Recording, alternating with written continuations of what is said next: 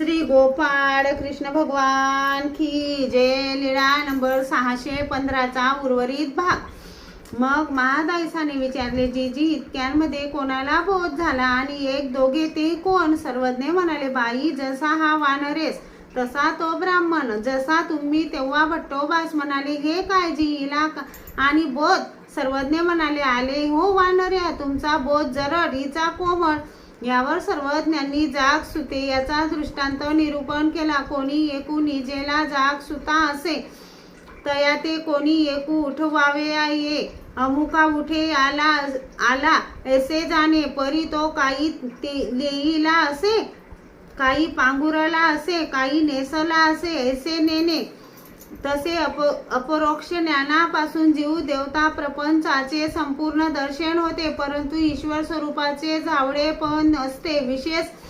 विशेष ज्ञानानंतर ते स्पष्ट दिसते. भट्टोबासांनी विचारले, जीजी ईश्वरादिष्ट अधिकारणाजवळ राहिल्याने भिक्षुकाला काय होते? सर्वज्ञ म्हणाले, परमेश्वर परायणा चैनी संबंधे सुख श्रेय ज्ञान ये तिन्ही होती.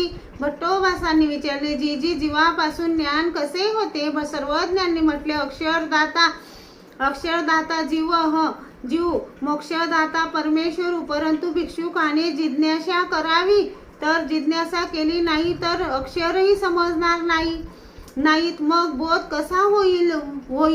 हो जी. मग महादायसाने विचारले, जीजी सारंग पंडिताने इतक्या क्रिया केल्या तर त्याला काय जी?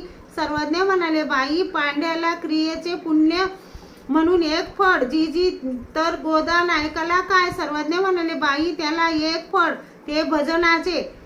अज्ञानाशी माया संबंध अति, जीजी दायंबाला काय? दायंबाला काय?